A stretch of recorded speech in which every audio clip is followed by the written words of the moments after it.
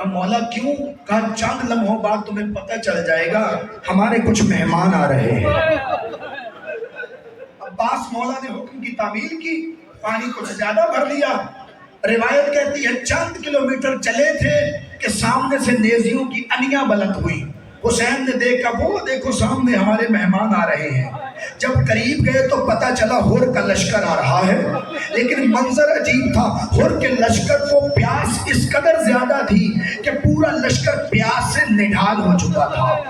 امام نے فرمایا عباس، علی اکبر، محمد ابن اوسجا، جلدی مشکیزوں کے دہانے کھولو، مہمانوں کو پانی پلاؤ۔ سب کو پانی پلایا گیا۔ کہا عباس ان کے جانوروں کو پانی پلاؤ، جب تک جانور اپنی مرضی سے نہ چھوڑے تب تک پانی نہ جدا کرنا۔ عباس جو پانی بچ گیا ہے ان کی زروں پہ ڈال دے، یہ تھک گئے ہوں گے۔